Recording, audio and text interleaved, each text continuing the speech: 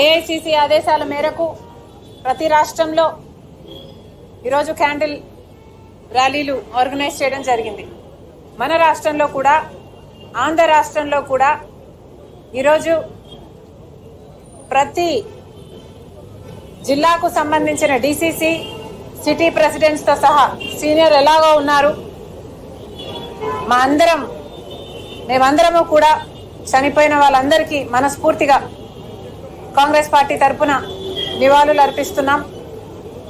మరి ముఖ్యంగా ఆంధ్ర రాష్ట్రానికి సంబంధించి ఇద్దరు ఆ కాల్పుల్లో ఉగ్రవాదానికి బలైపోయారు. వారిలో ఒకరిని విశాఖపట్నంలో నిన్న నేను చూడడం జరిగింది, ఆ కుటుంబాన్ని పరామర్శించడం జరిగింది. చంద్రమౌళి గారు, ఆయననైతే ముఖం మీద తుపాకీ పెట్టి కాల్చడం జరిగింది. ఆయన భార్యని కలిస్తే మేమేం పాపం చేశామమ్మా, మాకెందుకు ఇలా జరిగింది అని చాలా బాధపడింది. తనొక్కటే కాదు, చనిపోయిన వాళ్ళందరి కుటుంబాలు కూడా సైట్ సీయింగ్ కోసం అని వెళ్ళిన వాళ్ళు, లేకపోతే పిల్గ్రిమేజ్ కోసం వెళ్ళిన వాళ్ళు, అలా టూరిస్టులుగా, పిల్గ్రిమ్స్గా ఏ ఆయుధాలు లేకుండా సంతోషంగా వెళ్ళొద్దాము అని ఇంట్లో నుంచి బయలుదేరిన వాళ్ళు హఠాత్తుగా ఇంత ఘోరంగా, ఇంత బ్రూటల్గా చాలామందికి హెడ్ మీద కాల్చారు. ఇంత భయంకరంగా చనిపోయేసరికి ఏ ఒక్క కుటుంబం కూడా భరించలేకుండా ఉంది. ఈరోజు దేశం మొత్తం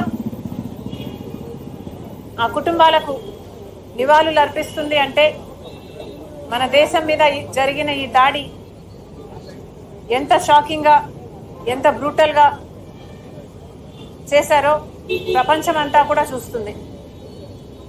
మరి ముఖ్యంగా చెప్పాలనుకున్నది ఏమిటి అంటే, ఇది మన దేశం మీద జరిగిన దాడి, కానీ ఇదేదో ఒక దేశం మీద జరిగిన దాడి లా కాకుండా ఒక మతం మీద జరిగిన దాడిలాగా బీజేపీ, ఆర్ఎస్ఎస్ దీన్ని పోర్ట్రే చేసే ప్రయత్నం చేస్తున్నారు.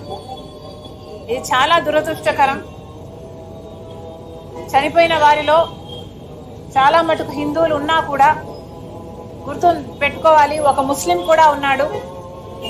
ఆ చనిపోతున్న హిందువులను కాపాడే క్రమంలో ఆ ముస్లింని కాల్చడం జరిగింది. ఇది ఒక మతం మీద జరిగిన దాడి కాదు, ఇది భారతదేశం మీద జరిగిన దాడి. కానీ బీజేపీకి సంబంధించిన మీడియా అయినా, సోషల్ మీడియా అయినా ఇది ఒక మతం మీద జరిగిన దాడిలాగా సృష్టిస్తుంది. ఇది చాలా దురదృష్టకరం. మళ్ళీ కాంగ్రెస్ పార్టీ అష్యూరెన్స్ ఇస్తుంది, ఉగ్రవాదం మీద పోరు జరగాల్సిందే. భారతదేశం ఉగ్రవాదం తొక్కడానికి